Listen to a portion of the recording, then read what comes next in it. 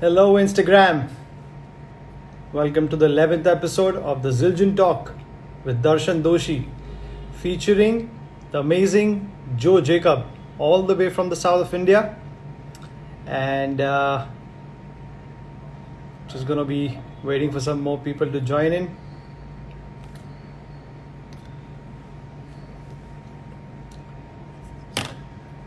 Hi Parth, hi Sumak, hi Uditya, hi Anish. Hello, Indian drummers. Thank you for sharing all our information with everybody. Thank you for sharing all the posters. You guys are doing a great job. Hi Ankit. Great. Hi Shivram, if I've pronounced it right. Hi Sparsh. Great to see all you guys. It's great to see everybody joining in. And as you all know, we have the amazing Joe Jacob, all the way from Bangalore today. And I'm just gonna give a brief introduction about what Joe has done. So he started his musical career with some straightforward rock and roll and progressive rock bands in the country. He's today one of the India's most sought after session drummers. Today, Joe shuffles his time between the Raghu Dixit Project, which is one of India's biggest folk bands. I'm sure everybody knows that. With whom he has toured all over the world, playing at some of the biggest music festivals in the world, and also he's a part of this band called Masala Coffee, which is again one of Kerala's and South India's newer and most loved and iconic regional bands. Joe is also conducting drum coaching classes where he trains beginners and advanced students in various styles and technique, and is in fact one of the most sought after drum instructors in South India. He's also performed at some of the biggest music festivals in the world, including the Glastonbury Festival, Rhythms of the World, Lama Tree, Java Jazz Festival in Jakarta, and the NH7 Weekender here in India. So, without any further ado, I'm gonna invite Joe. Let's hope he's here. Lovely. Hi Ganesh. Hi Pranav. Hi Ronak. Great. Hey Joe, Hey, what's up? how's it going, brother? I'm doing good, bro. How are you? Nice to Very finally good. connect with you. Same here, bro. And I've been watching you guys, you're doing a lot of these chat with drummers as well. How are Yes. things, how are things going back in lockdown, man? How are things back in Bangalore now? Firstly, thank you for having me on the show. And I mean, you've Pleasure is had all some ours. really, I mean, you've had some heavyweights on this show, like, Ash Stone and people like that. And Yes. it's great to be on that rooster. And thank you for finally doing this with me. And coming to the lockdown situation here, it's quite relaxed. Life's pretty much back to normal of sorts. Okay. There are few zones in containment, but otherwise it's pretty peaceful. Yeah, I mean, it's pretty much back to normal, I would say. That's rare. Even in Bombay, it's kind of getting back to normal. But again, the minute we say normal, things are kind of right. The cases are going up, and I Yes, think even if we kind of go back to studios and start our normal life, I think we'll have to really take care of the surroundings now. Wear a mask all the time, true. and it's something that I think we all should be very careful about. And because once you get this, I think it's gonna be quite a disaster for the next couple of months for any of us. So. It's True, true, true, true. uh, so tell me, so you're again doing so many things right now, even during the lockdown. So what your schedule right now during the lockdown, and how are you kind of keeping yourself busy with either practicing, recording? Tell us how are things going there. Okay, so firstly, like the lockdown sort of didn't make much difference for me because this is pretty much my lifestyle. I mean, I don't go out and hang out with people and stuff like that. So, like, either I'm gigging or I'm back here teaching or practicing. I just spend time with close friends and family. That's about it. Otherwise, this hasn't done much to me, of sorts. Right, It hasn't changed much. But yeah, one thing has changed though is the aspect of online teaching now. right. Like, because because I used to have students sort of coming here and study under me. But now because of this situation, so we can't quite have that. So I've like, sort of adapted to taking this whole online thing and stuff like that. So it's working out pretty well, just keeping myself busy, just teaching. And of course, yeah, with teaching, you also have to be updated about everything that's happening in the drum community. So Yes. I try and practice as much as possible and gain as much as info as possible. Yeah, that's pretty much it. Otherwise, nothing much, just practice in the usual routine. Correct. So even in your practice routine, how are you focusing now? Are you kind of working on whether it's grooves, fills, working on any particular time signature? Like how do you kind of balance your, between your practice routine? Like, what is the way you kind of take it forward?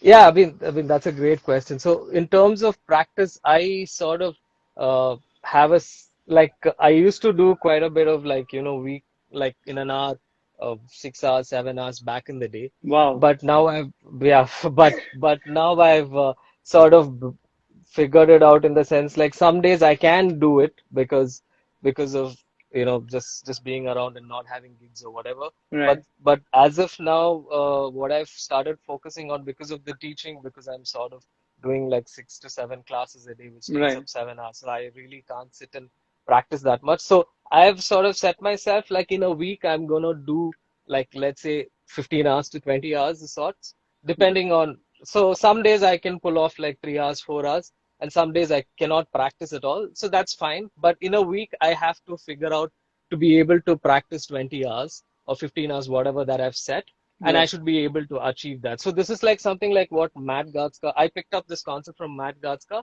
Got it. So like yeah, something of those lines is what I'm working on. And once I've sort of figured that out, whenever I'm sitting on something, whether it's grooves or figuring out like books or concepts, but yeah, so basically that. So when I take an idea, I sit on it, uh, just practice that and how I can sort of use that concept. So some concept we can use it in our show Right. because you learn something and you want to play it in part of a song or something of that sort. But some stuff like if I'm working on Latin, I don't play that sort of music with anyone. But I'm just practicing it for myself. Probably I can teach a student and sort of work that way around. So those are like my practice concepts, and that's what's just keeping me busy.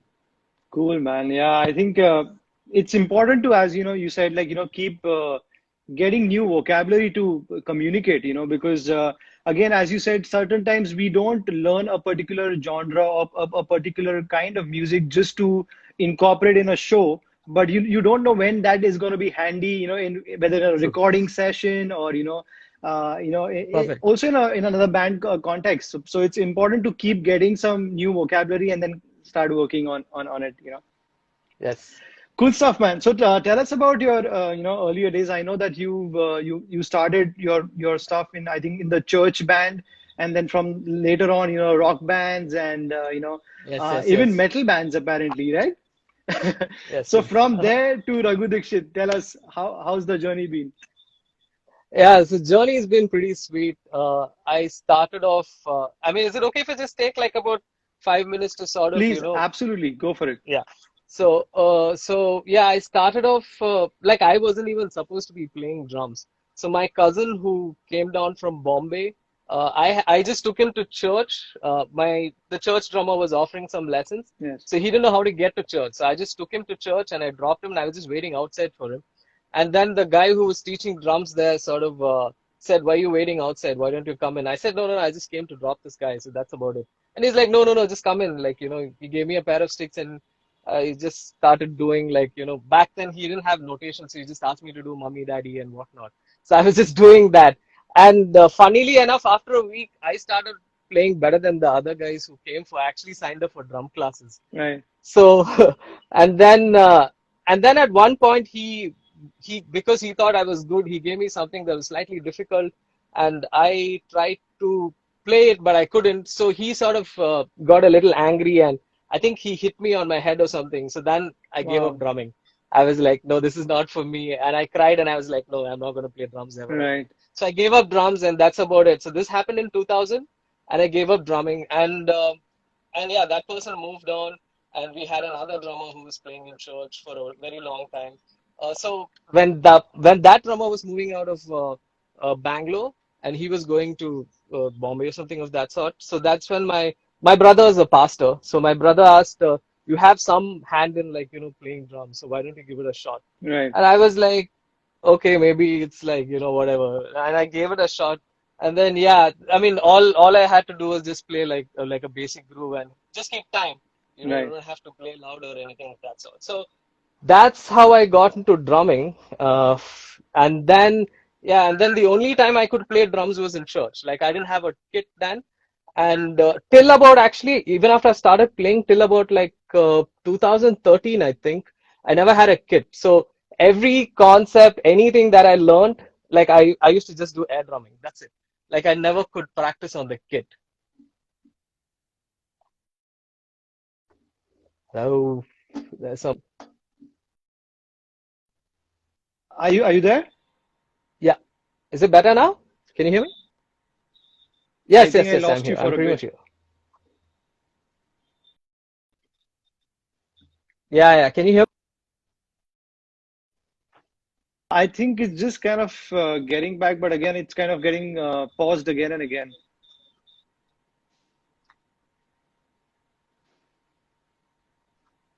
Is that better for you now? Yeah, yeah, yeah, yeah. Okay, I, It's I better. think we are back. Yeah, Perfect. yeah. Yeah, so so I sort of didn't have a drum kit, So this and was so at about every what, about 16 or 17? You were when this happened? so 2000 when this happened in 2000, I think yeah, I was about 10 or 12 or something, Right, and then when I actually started playing, it was about after 2007-ish, right, 2006-ish, right. that sort.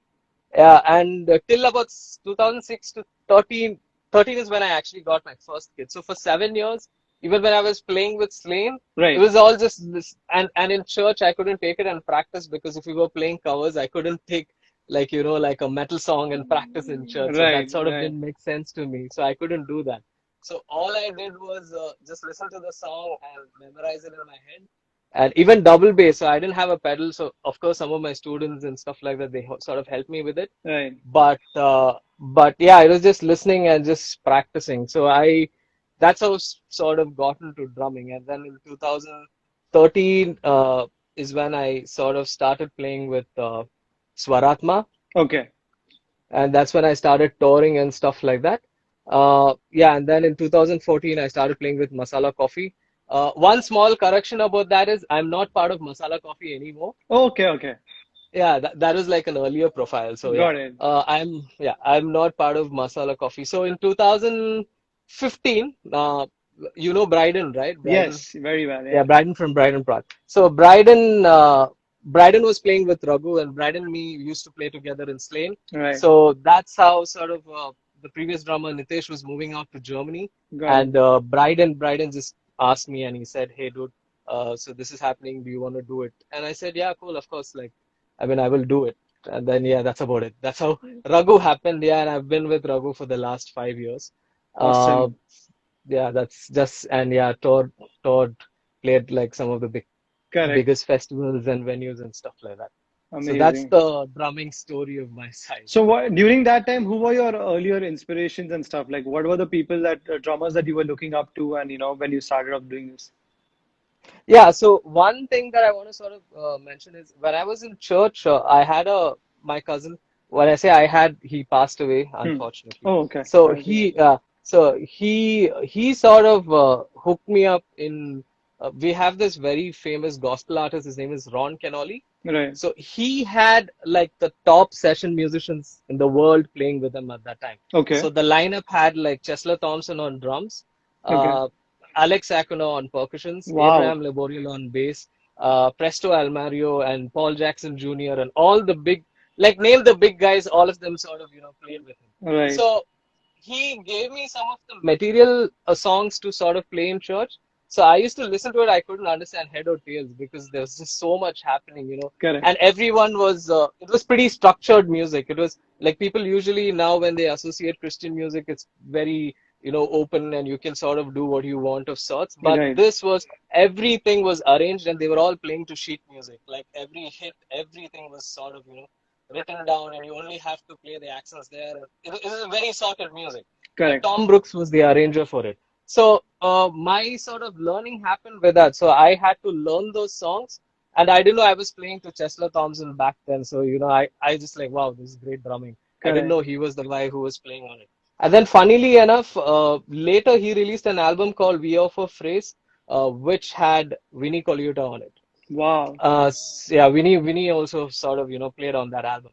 And yeah, and we were all like taken us back, like what is happening? Like, back then we could sort of figure out if he's playing 2 and 4, but then Vinny's album, none of it, like we couldn't figure out. Right. Right. It's just too much information. Correct. So I couldn't even sort of read the name out. I was like, who's this guy? Or whatever. And I left it at that. So I sort of got hooked on to Vinny from that time because of like everybody in the gospel scene was like, oh, you should listen to We Offer Praise. There's this drummer on it, and it's just mad and stuff like that. So that is how I sort of got hooked on to Vinny. Uh,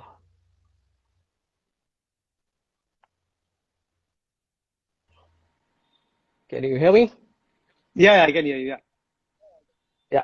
So that is how I got hooked on to Winnie. And then I started the usual stuff. I never got into the Metallica side. So I was in the Maiden section. Right. So yeah. So just to practice my single strokes and stuff like that. Because I didn't have a kid, so I had to do it on a pillow. So I used to practice to run to the hills. Okay. So just that, just practice quite a lot to it, just to work on my single stroke roll. Because I only know single stroke roll at that point because I didn't know what is doubles and stuff like that. Right. So then my cousin brother sort of told me, "Do you play double strokes?" I was like, "What's double strokes?" And he was like, "He's like right, right, left, left." And then I practiced that to death, and I forgot about single strokes, and I was just playing double strokes for everything. So yeah, so that's like some of the story in terms of drummers. But yeah, like right now. Uh, like Vinny has always stayed with me, like from that day on, like from the Right. first time I heard it.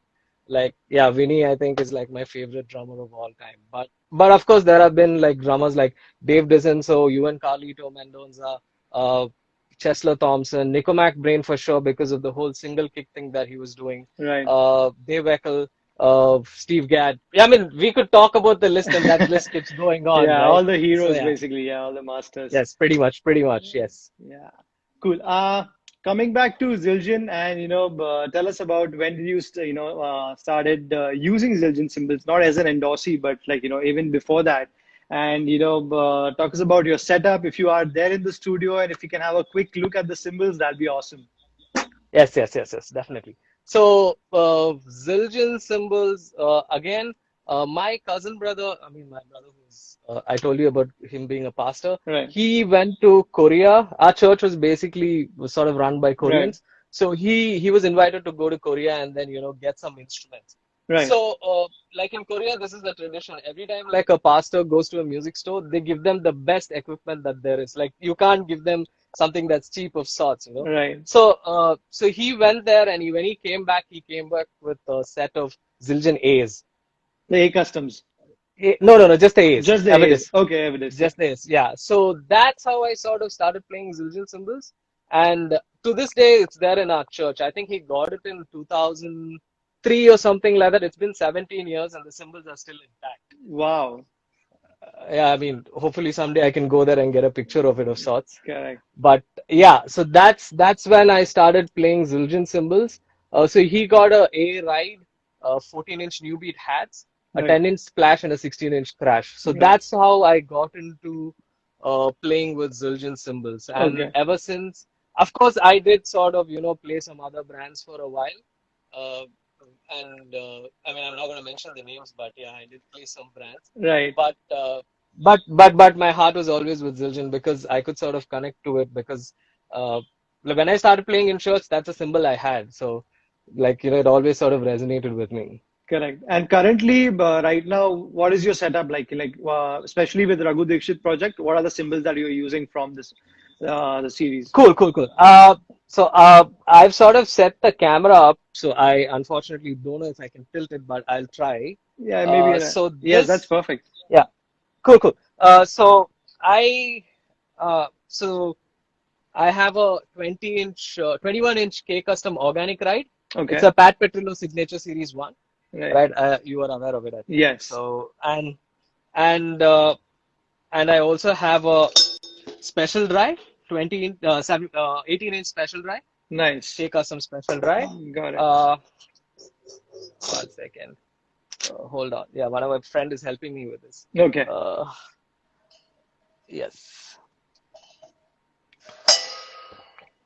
Uh, I also have a Thrash Crash 17-inch, Nice. and I have a 10-inch K Custom Splash that I sort of use. I mean, mix and match. And I also have a Thrash Former 10-inch. Okay. Is that the ZXT? Uh, The ZXT yeah, trans. yeah, ZXC Thrash Former, Okay. like Mike Magini Signature Series ones. Yes. Yeah. And in terms of hats, so the thing is, I have like a bright setup and like a dry A setup of darker sorts. kind of a vibe. Yeah. Yes, yes, yes, yes. So, like, I know, like, most of us, like, if you play pop gig, you have to sort of play, like, brighter side. And Yes. if you play, like, but for me, the problem was I started playing in church, so we were sort of taught to be aware of playing to the room and Right. not just to the style of music because, it sort of doesn't work that way because I'm Right. not playing like venues every single night where there are, 1,000 people or open air gigs. So Correct. I had to sort of quickly adapt to the idea of if I'm playing a pub and then next day if you're playing an open air gig. So I started changing symbols based on that. So if you're playing open air, Right. so I use mainly A custom. So I have the A custom 18 inch Okay. and then so EFX A custom as well. So Yes. that goes for my open air gigs when I'm sort of playing festivals and things like that. Right. Uh, and if I am playing indoor gigs, then I switch to the dry series symbols. Got So it. that's Got it. that's sort of the current trend. Especially like if I'm doing outdoor gigs, I also use the K Custom Organic Ride Right. because of the bell. It's got a very precise bell, and it Yes. just comes in and goes out very, very, very quickly, right? So Correct. that's that. And if I'm doing indoor gigs, I have a K Sweet 20-inch Crash. Oh, So nice. yeah. So I use this as like my right symbol because it's got a very precise bell shape. Yes. Yes. It's got a very beautiful bell. So it's also like technically works like crash riding. So and with Raghu, we don't have very intricate ride patterns like bell patterns. Got it. So it just works really, really well for that. So that's pretty much my staple setup with Raghu. But Right. however, in terms of hats, I keep changing back and forth. Again, if I mean, I get to know if you're playing indoor or outdoor. So if Right. it's an outdoor gig, I take a custom hats. Again, funnily, I have like a K custom bottom to go with it. Nice. Sometimes if I'm not able to change between gigs, I'll just flip the other one and then use that as like, a darker setup. But if I come back to Bangalore and if I have time to take another one, so it'll be like the K dry Okay. and like the K hybrid. But this is an odd size. I think you know about it. It's a 14 by 14 and a quarter, right? Oh, K really? hybrid Nice. bottom. Okay. Yeah, I didn't yeah, know it's this a one. 14 and a quarter. Yeah, it's a 14 and a quarter, and this is Okay. 14. But with Raghu, since we have like a very four on the floor and then hi-hats and tambourine thing going on, Yes. this with the Master Sound Edge works really well. It's got a great chick sound. You know Yes. what I'm saying? So it's Yeah. phenomenal. So yeah, this Jeff from the Zildjian factory helped me with this configuration. Just he was like, "What sort of style?" I said this, and he's like, "Man, this is the one. Take it. And you take it and go." I Wow. was like, "Okay, cool." So yeah, Okay, I'll tell us do about that. the factory, man. How was it going to the Boston factory, and like whom did you meet, and like how was the whole experience there at the factory? Oh, that was phenomenal. I think I've just like it was my dream of like to go to the cymbal factory where all Right. your heroes have been, and it's just to be on the same roster and like the hall of where like Steve Gadd walked there and Vinnie Colaiuta Yes. when he was with Zildjian. It's just like a great place to be. So it Especially all when you see happened the because wall with all these amazing the wall, the Zildjian wall. It's like it's really very special. yes, yes, yes. So I did a workshop for Zildjian in Bangalore, and had Kim was here. Kim Yeah, Pang, yes, so yes. Kim Pang. So me and Kim sort of connected, and around the same time we were going to the US, and Okay, Raghu was collaborating with the Berkeley Indian Ensemble. right. Yeah, so we were there for about 4 days in Berkeley, and so Massachusetts, and then Novel is not very far from there, from Berkeley Yes. School of Music. So I happened to write to Kim and said, also another thing is I sort of didn't have this symbol set up. I got K's custom session hats, a master sound, and a Zildjian K fast crash, Dennis Chambers signature series. Yes. So I sort of wanted to exchange the symbols as well. So I wrote to Kim and said, Kim, I'm here in Berkeley. Is it possible for you to set up like if I can go Right. and just exchange symbol? That's all I asked him. He was like, hey, since you're there, you should do the factory tour. And I was like, is it possible for me to do it? And he was like, yes, of course, man, you're part of the family and you should. And I was Right. like, okay, cool. Then if you can set it up, it'd be great. So then, uh, so then Gaurav, myself and my sound engineer, we drove. It was raining. It was mad.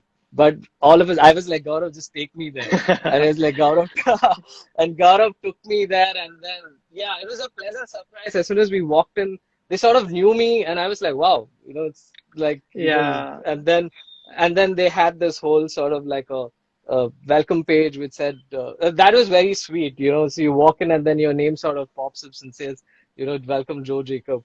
Right. And yeah, so I walked in, and the first thing you see Elvin Jones's kit, and you see Travis Barker's kit, and some 41 drummers kit, and you see all these iconic kits sitting there. And Right. then yes, and then we just walked around, and then Jeff, the cymbal tester, as he's called on Instagram, Yes. so he came and he took me around the whole place and showed me some of the stuff that stuff. So he took me to the artist vault, and then we stood and took a picture right next to that Quincy.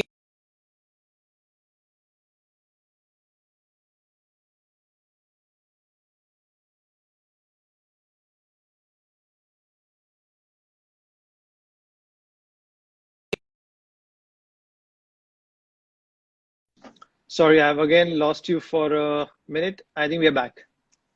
Yeah. Great. So after the symbol wall, yeah. So they have this, yeah. So they have this Quincy factory replica wall over there. Yes. I'm sure you've seen it. Yes. So they have, I think, about 10,000 symbols that were made from 1935 to 1955, like paper thin symbols. So Yes. he was telling me nobody in the factory is allowed except like a few A guys few that of they them. trust with. I don't think, yeah, I don't think even Paul Francis is allowed I to know go that. in his walls. True. So yeah, so basically some history, and another thing that probably a lot of drummers here might not credit Ringo Starr for. He was also telling me about the story about how Ringo Starr sort of like overnight just made Zildjian the next big thing Big in thing. US. He featured on the Ed Sullivan show, and then I mean he was telling me after that gig, for a year Zildjian had a backlog of just supplying symbols to the people because they couldn't keep up with the customers. Incredible. There was Incredible. yeah, it is. So Yeah. that sort of information, and then we went into the artist vault, and then that's where it's like every kid's dream. It's just like you are just surrounded by symbols left, right, and Right. center.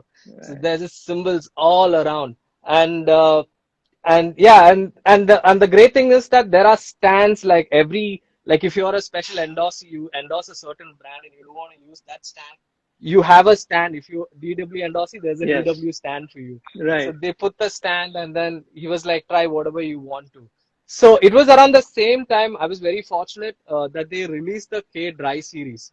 This was in 2017. Right. So I was the first guy in the country to sort of have the K Custom Special Dry series, Right. Right. even Right. before it sort of came out, Came out. Right. Right. So yeah, yeah. So I exchanged those symbols. I gave them the three symbols, and I said, he said, yeah, you can take whatever you want, three symbols. And I picked up these, and Jeff was the person that he is. He was so sweet. And he was like, you just want three symbols? Are you sure? And I'm like, I don't want to be greedy as such, but I was like, yeah, I'm happy. And he's like, man, I know you want more symbols. He's like, he gave me the set, which completes the K Special Dry. So I also have got the EFX hats. Right. Like he just gave it to me. So I got the K Custom Special Dry Thrash Crash, and bunch of other symbols. So basically, I gave three symbols and got five in return because Jeff, the person that he was very sweet. Right. So like yeah, I mean, from just dreaming about going there and getting symbols and meeting uh, the I just think it's also just the the people trying there. part is fun because I remember about the same time 2016 or 17 when I went to the factory. I had a different ride symbol in mind that I wanted to buy. Like I wanted to get it from there. And when I reached there, I tried he's like, Emily was like, why don't you try these three, four different rides? And the minute you try it, it's you change your choice. It's like, no, man, I don't want to go for this. I want to Yeah, actually go for this one now. So yeah, yeah, yeah. it's a Basically, they just confuse you. yeah, yeah. Yeah, but I think it's a I mean, great good thing, confusion. Yeah, it's a good confusion that, really helps you because somewhere, somehow in India we don't get that, to try out different things and stuff. And when you go to the factory, it's like everything is there, and then you can, listen to it, play it for a while, and take a call whether that particular symbol works for Yeah, you or not. perfect, perfect. So Plus, yeah, they also have this amazing drummers lounge yes, where they sort of set up like every single kit, like Tama, Pearl, and all of it. right, And right, then you take a symbol and you can put it there, and you can play it with the kit and check and stuff like that. But one cool thing that really blew me away with Zildjian is they have that. I think you've also pretty much been there. So they have this sort of like an isolation ward of sorts where yes, there's a kit and you enter that room, it seems like you're gonna die or something of that it's sorts, pretty but you make you feel dead. comfortable. It's pretty dead, but Yeah, then there is a switch, and then it pretty much replicates every single venue. I think if you're thinking of like a pub, if you're thinking of you're playing in a Wembley Stadium, it's as soon as they turn on the switch, it you can check your symbols and imagine you are playing in Wembley Stadium. So right, that sort right. of facility is just mind blowing, for a symbol company to think about not just how the symbol sounds here, but to sort of replicate that if you're playing in a bigger venue, if you're Yeah, playing in a river, like you were sound checking and with the whole river idea and stuff like that. So the amount of sort of detailing that they've gone into is just mad. it's So insane. that was my experience. It was just mind blowing. Yeah, just being there and also another funny thing that sort of happened is Leon, the other senior symbol tester in the company, Yes. so he sort of does this thing with the splash that he very rarely apparently shows this to people, and he's done it for people like Buddy Rich and Dennis Chambers and all the top guys. And for some reason that day he decided to show that to me as well. So I was very fortunate. So he took the splash symbol and he sort of showed me how he tests the splash symbol and stuff like that. So that was Right. pretty great. Amazing, amazing. I think that's the best thing about being a Zildjian endorsee is that, you get to experience all these things. And plus they are so sweet when it comes to, exchanging symbols or just even if anything gets cracked, straight away you get a new symbol, which is amazing. So, a big up to, Zildjian India and, the everybody at Zildjian to, making us feel so special every time. True. That's absolutely true. Okay, so we have some questions which have come in, and I'll start with uh, it's kind of a fun question in the sense of this very dear percussionist from Krishna Kishore from Chennai, if you know him. Uh, Yes. so he is asking, what made you take a call to stick to one band when in today's time everyone is kind of doing freelancing in the industry? True. When that's a great question. I also freelance. But the Right. thing is, I've sort of like with the other bands in the country, I have to probably go there. That's exactly what happened with Masala Coffee because they were based out of Cochin. So just traveling and back and forth a lot of time. Right. Since I'm also into teaching now, so I just decided with Raghu being based out of Bangalore, it makes a lot of sense to just like play with Raghu. And Right. I also sort of tour manage the band as well. So I just don't have the responsibility of playing drums alone, so I Right. also sort of tour manage the band, so which is great.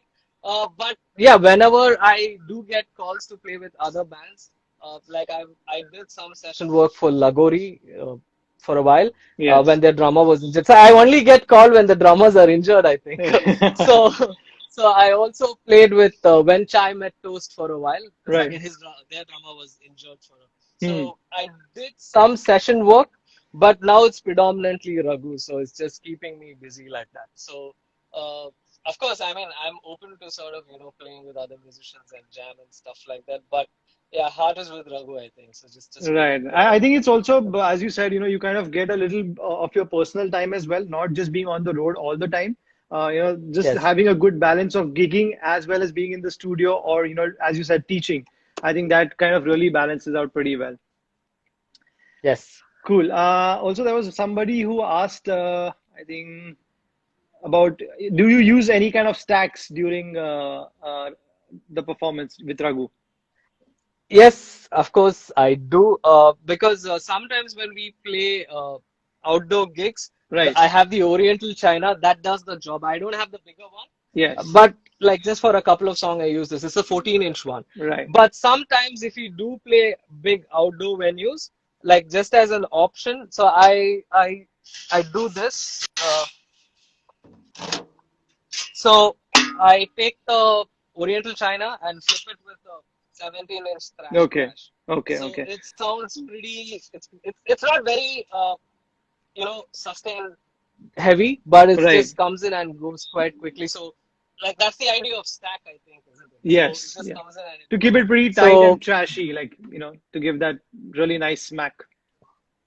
yes, so that's my sort of like a staple stack option. But presently now in the jam room, I've sort of figured out I have the low volume cymbals. Unfortunately, I don't have them here because last week the band started rehearsing, so I moved my low volume setup to the Raghu studio. Okay. So I use the again I have the 13-inch hi-hats, low volume hats. So Yes. I flip it with the Oriental China. That's pretty good. So that was the discovery during the lockdown, I think.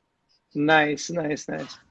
Also, can you talk a little bit more about the low volume cymbals? Because as everybody is in this whole lockdown, and I think it's just a great tool to have it right now. If you have those low volume cymbals, Yeah. how do they feel, and how's your experience with the low volume cymbals? So this is one information that I want to give out. So this symbol, I didn't sort of get it through the in endorsement. So Okay. I actually paid for it and got it. You know what I mean? So I Yes. actually paid for it uh, because it just works great. Because in the band studio we don't have like a big space. We have like a small setup, and it's mic'd and stuff like that. But this does the job. So when guitarists are figuring out stuff, I'm not like on in their way and playing some if I've practiced something idea and I don't want to like just sort of Yes. interrupt them, I can still keep that going of Got sort. it. But thankfully, I have a space here. I can use my real symbols. But this really works great if you are someone who's sort of living in an apartment and you don't want to disturb your neighbors. This with I think Remo silent stroke heads, I think It's works perfect. really well. Sorry to plug that in. I don't endorse Remo, No, but it's they are the like only ones that no stress at all. right. So yeah. So Zildjian low volume cymbals. I think they have like a 13-inch hats, 14-inch crash, and 18-inch right cymbal. That's the one I have. They also Yeah. have 14, 16, and 20, I think. So it Yeah. depends on your budget. But these are pretty great investments for anyone that Right. sort of I've just received my low volume cymbals, and I'm kind of really excited to now try it out at the studio, how it kind of comes out. Oh, perfect. Cool, And cool. they also work as great stack combinations with real cymbals. Yeah, I'll try that Like out for sure. Aaron Spears is quite heavy on it. I think he was using that for a Yes. while. Even Larnell was sort of trying that out, I think. Right, right, right. Cool. There was another question from Nick underscore 645 drummer saying, "What's your favorite groove and time signature to play on?" Oh man, that's a like it's difficult, of sorts. But yeah, I think the Molasses Run from Omar Hakim Yes. is like my favorite groove just because of the like I sort of didn't hear like an hi-hat opening by itself on a specific count. Like, just like an hi-hat open, like treat that as like a very integral part of the groove. Like Right. usually you open the hats on like a 4 and 3 and stuff like that. But Yes. that just opening hats on like a specific count and sort of like stressing on that rest. So that sort of stuck with me, and that's like my favorite groove. Time signature, for God, that's difficult again. But I think yeah, common time is like it just makes sense. I think you can do a lot of things with common time. Right. Cool. I also wanted to ask you one question from my side, especially because you come from a very, as you said, rock, metal, that kind of a background, growing up. And then suddenly you are in this band, which is kind of so, folk heavy, when it comes to groove, because, I've been fortunate enough to play with Raghu a couple of times on these MTV shows. And I enjoyed it so much because, I've obviously come from the Indian school as well, learning tabla and stuff. True. So for me to understand the swing was pretty easy. But for you, coming from a metal and a rock background and then going into a folk kind of a band with so much, so many amazing grooves, how did you balance that out and how do you work on the swing to get it like really bang on? Okay, that's a great question. So, what I did was, I mean, like you mentioned, I did play with metal bands and stuff like that. I was just doing it, I just thought of it like drumming. I never sort of categorized it like, okay, there's metal, there's rock. I just had a few bands that I just practiced to, like Dream Theater and stuff like that. Like, I never really thought of it like, okay, man, this is metal. Like, I was just listening to it and I was just playing to it. And that was the first thing. And the second thing was, before I started playing with Raghu, I started practicing a lot of this whole Latin concepts. Right. By the way, let's So say so hi what? to Symbol Tester. He's there. Hello, sir. Oh, hi, hi. Great. So I started working with the whole Latin concept. So this again happened like in church. Somebody walked up to me and said, "Man, you play great." Because in church there was no requirement for double pedal, but I had a double pedal. I would just play double pedal because I loved it. Right. Like I didn't care if the people didn't like it. I loved it, and I used to just play. And then what happened was this person walked up to me. He was a very respected guitarist, and he said, "Man, you're playing really good, but maybe you should try and work on some Latin stuff." So I was like, dude, who's this guy who walked up to me and he said, I'm practicing like Dream Theater and stuff like that, which is really like in my head, it's like, oh, it's really difficult. And you're just walking up to me and say, play some Latin and all that.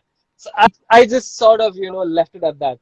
But later, when I started like getting information and with the whole internet boom and stuff like that, uh, with educational material coming out, I realized, Latin music is quite difficult in Yeah. terms of like the way they phrase and stuff like that. So then I sat and worked a lot towards that. Okay. So just perfecting the whole concept of, figuring out playing something in four and going to six and coming back in four and stuff like that. So I had that sort of stuff sorted. Got it. But the other good thing also that happened was I was playing with Swaratma, which was in the same region as Raghu, Yes. of sorts, in terms of indie music and, folk and stuff like that. So I had some prior experience of just playing some folkish stuff with Swaratma for 2 years. And then when I moved to Raghu, it just, yeah, I mean, the thing is, I was practicing it. So I got the songs, I sat and worked with it. I never used to play darbuka. Like, I never had an idea. I was just playing on Yes. tables and stuff like that. But Yes. as soon as there were songs with darbuka, I sort of got the feel for it and I straight away learned some technique and stuff like off YouTube, just like the whole fingering and things like Right. that. And then yeah, I think I was good to go. But then it was not like I got into the band and I got into the sound of the band immediately. It took some time. Got it. But it was a session gig as well, so I was not part of the band, so I was just like sessioning. So my job was to go and deliver that gig's performance at that night. So just Right. nail the gig and come back. So yeah, so it just worked like that, and over a period of time, just performing, and then uh, as you are aware, Raghu was like the busiest indie touring artist in the country. Yes. So just doing about 60, 70 gigs a year sort of helped me, I think, with that. So Yeah, just I'm sure I've transitioning heard from you that guys to a this. couple of times, and you guys, especially the material is so amazing. Firstly, and plus as a band, you guys are Thank you. so tight, like on stage, and I just love the whole energy that Raghu kind of also kind of interacts with the crowd and getting everybody together. Yeah, true, true. It's a party for me when I see Raghu Dixit. It's a party. So it's really amazing how you guys have kind of made it so super tight, man. Um, Thank you. there's Thank this you, sir. one more question from Suresh asking, what was the life-changing decision that you have ever made in your musical career? Life-changing decision. Oh man, yeah, life-changing decision was to sort of be very prepared and be very professional. Uh, be very professional because when I was playing with metal bands, like if you say rehearsal at this time and sort of go late and stuff like that. So then I realized if you have to be a very working professional musician, it starts with you being professional. So being on time for rehearsal and being on time for a flight and being on time for the lobby call and stuff like that. So those are things that sort of helps you when you start touring. It's not just the whole aspect of playing. Yes. So sorry to sort of drift away from your question about like what is the musical decision, but this Uh, was very important for me in terms I of think just it's being it's very it's part of professional. our lives, man. Because as you also know, True. like we really tour a lot. For me also, it's like when I play with multiple artists. You're going from one city to another and playing with different artists every day. And the one thing that you don't want is to be unprofessional and to the job, to the artist. Do full justice to the True. music, and not just the music part, but as you said, off stage things are also very very important. To be a Yes, professional. So yes, that I yes. think it's a big part of our lives.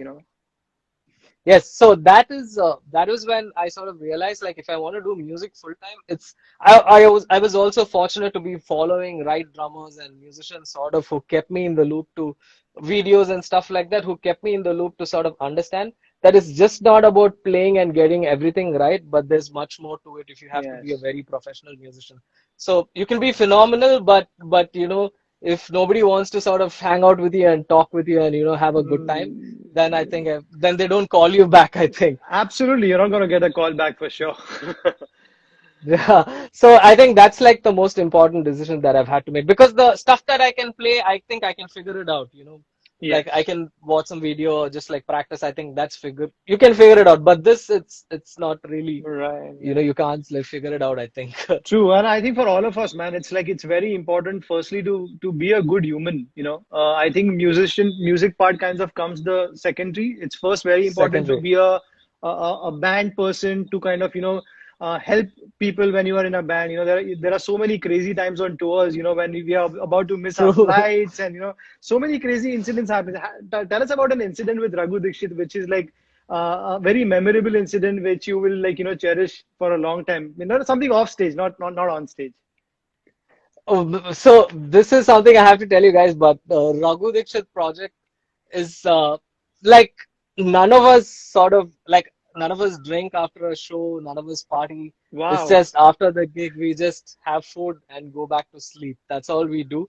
But in terms of like great memory, like so that's the thing I love to work with Raghu Dixit Project is like it's a very professional gig. Like you come on time. It's everything is pretty set. So we've technically not had any sort of lapse in saying like, okay, somebody missed a flight or of something of that sort. Right. But in terms of memory, was playing at Glastonbury Festival. So we were actually supposed to play one of the stage because there are like some 60 stages there, Yes. and then we were supposed to just play one stage at like one weird slot. And then what happened was there was this West Hall stage, I think it's called. It's like pretty big, and one of the bands that was supposed to play sort of didn't make it or something of that sort. And the management company that was sort of handling us and them were pretty much same. So they instead of because they didn't have their artists, so they sort of put us in, and we got to play two gigs in the same day at Glastonbury. So we Wow. finished one gig and sort of carry everything and run, and it's raining and it's slushy and stuff like that. And when you do UK tours and all that, at least for the indie bands, like you have to carry your own everything. There's I no know. tech, I nothing. know. You just have to carry like every single thing. We don't have a sound engineer and stuff like that. So just like playing like a big gig where like some 6,000 people were there, and then carrying all of it and going to like a very small gig and playing this is great. So that I think like I was very fortunate to be part of that with Ravi. Amazing. I mean, yeah, I got a basic vibe of these festivals when I did WOMAD in 2015, and then when we With went to Salim, I think, yeah, with right? Salim Salim, Slim. yeah, same similar stuff. Like we played like two stages. One was a very Bollywood kind of a gig, and one was the Coke Studio setup that we did. And that's when I kind of understood like how indie bands travel and how they have to go through all these things, because we being in kind of the Bollywood scene, we kind of get a little five-star treatment most of the time. But True. I think it's very important to have this balance here. It's very good to know that things like these are also there, and you have to go through this path. You are not going to straight away reach the top level, and we there are a lot of tough times also for musicians, and when you play, especially True. with indie bands, and you guys have done a great job starting from there, and today at what level that you guys are performing, it's incredible, man. It's incredible. Thank you. Thank you so much. So before I think we've just about got about 9 minutes. I also wanted to quickly talk about your school, which is Joe's School, and if you can, tell us, our viewers about, how it works, and if they want to apply for the school and learn with you, what is the procedure for that? Okay, so in fact, I've started teaching much more than like I've been playing with bands and stuff like this. So teaching is something that is like very close to my heart.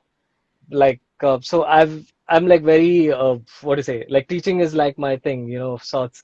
So I've like meticulously sort of written down my syllabus and all of that. Right. So I was always teaching despite being busy and gigging and stuff like that, but very few students. But now, yeah, but last year I sort of started doing it like a little more full on. So like I have like quite a few students now. So it's, yeah, I mean, like there are other music schools as well. So it's up to the people if they want to sort of Right. So drop what's the by and procedure? check Do out you the. have like an email ID or something that you can say so that we can, people who are interested can connect with you? Yeah, so the thing is, they can write to me on my Instagram, DM me. The other one is joejacobdrummer@gmail.com. So there's also my school. If you go and search for Joe's Drum School, Bangalore, you will sort of get the link towards from Google. And there's my number, so you can call me and you can reach out to me anytime you want. Brilliant, brilliant. Uh, and in terms of the syllabus, I've sort of, I mean, just with the whole traveling and then, work, yeah, just with the whole traveling and uh, just experience that I have with playing with bands. So one of the things I sort of have it down is writing down songs quite fast and then doing session gigs, like with Raghu as well. So I only had two rehearsals and the next day was the gig. So I Right. had to write down like some 15, 20 songs and so just like have my own version of Nashville number system. If you're aware of it. Yes.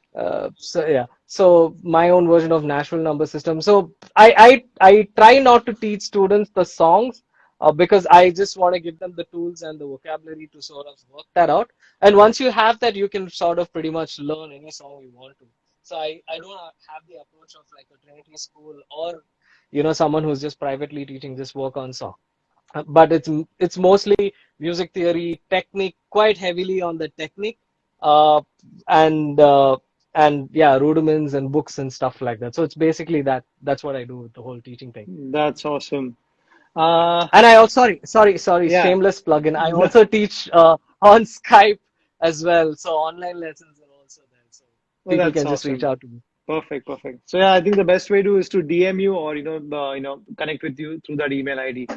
Uh, Yes. cool. So what are your upcoming projects now? I know that because of the lockdown, pretty much most of the stuff has been like either cancelled or postponed to next year. What are your upcoming projects with Raghu this year? And like any other stuff except Raghu that you're working on your individual music or any other bands that you've been working on? Yeah, so with Raghu, what's happening is we've recorded our third album. Like we finished the whole recording process.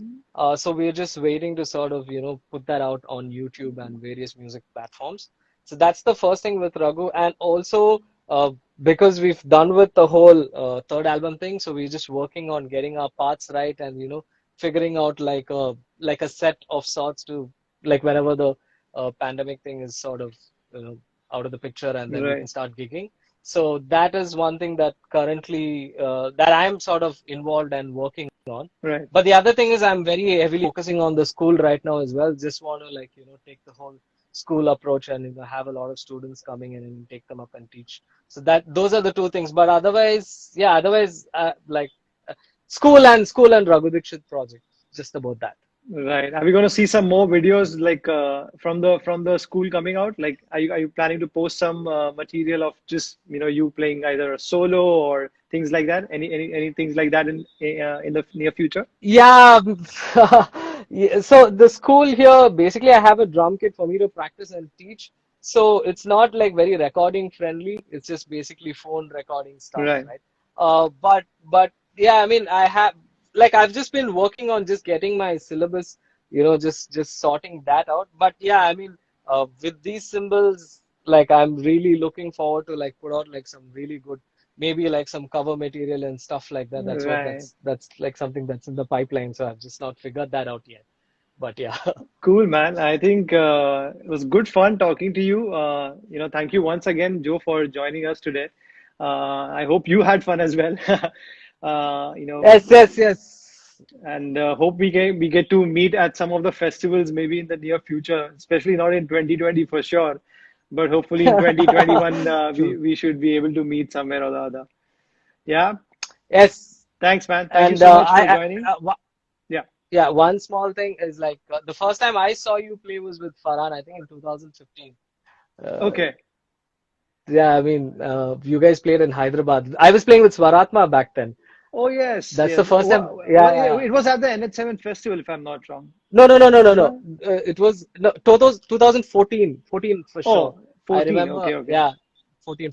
Right, right. I think Wind Song Festival or something of that sort. So that's the Oh, first time I saw you yes. play. Yes, yes, yes. I I saw remember you this play festival. and yeah, I saw you play and I came and spoke to you and I think we sort of discussed about symbols and stuff like that. Right, right, right. And yeah, and ever since I've tried to like sort of keep in touch with you and stuff like that, wish you on your birthday and things like that. But thank you so much for having me on Cool. your show. You're doing like an amazing job Thank of you. just, Thank you. talking to drummers. You have to do like I've been doing this, so I know you have to do a lot of research about when you introduce a person and stuff like that. Yes, yes, yes. And I mean, you're doing a great job No, of it's doing great it. to, as you said, it's great to kind of understand and, because I obviously relate to all you guys, because, we've all had somewhere the same journey, but it's so True. great to understand your story, where you kind of started, your influences, and not just for me, but all the viewers who are, a part of the Zildjian India page, and all the upcoming drummers who follow Zildjian India. I really wanted to take this to this level where we can kind of get all, not just the Indian drummers, but as you said, drummers like Ash and Gaz, Aaron Spears, and they've been so kind and so down to True. earth, like to say yes to this and do an interview. Steve Smith as So well. yes, Steve. So yeah, he's been a very dear friend. So I can obviously ask him. But yeah, all of them. It's been really an amazing journey doing this. And thank you once again, Joe, for joining us. And hopefully we'll It's see you my soon. pleasure, sir. Yeah. Yes, see you. Thank Take care, you. brother. And thank you to all the guys who sort of commented and stuff like that. If I Yeah. missed out anybody's name or anything of that sort, sorry. And take care. God bless you guys. See you. Thanks, Joe. Stay safe. Cheers, cheers. Bye. You too. Yes, so that was Joe Jacob from Bangalore. Again, an amazing journey. Somebody who's been the backbone of the Raghu Dixit Project. And, again, do check out his school. It's called Joe School. You can either Instagram him or email him and, learn from these amazing people. And, you can not just learn music, but also things which are happening off stage. Uh, and as we all spoke about, just try to be firstly a very good human being, and and then I think once you are doing good with that, I think automatically you will be attracted to good music. Stay safe at home, keep practicing, and we'll see you next week again with another guest from the United States of America. And he's again a monster of a drummer, and I'm very, very excited that he said yes to be on the Zildjian Live, and you guys will hear about that very soon. So God bless. Thank you, everyone. Thank you, Varun, Sumit, Nick, Ganesh, Karthik, Parth, Bensi. Thank you so much, everyone, for joining in. And, I hope you guys enjoyed this session. And I will see you next Saturday uh, at a slightly different time because, again, we have a guest from USA. So, I think we will go back to the 10 p.m. slot. So we'll update you on that and see you all next week. God bless.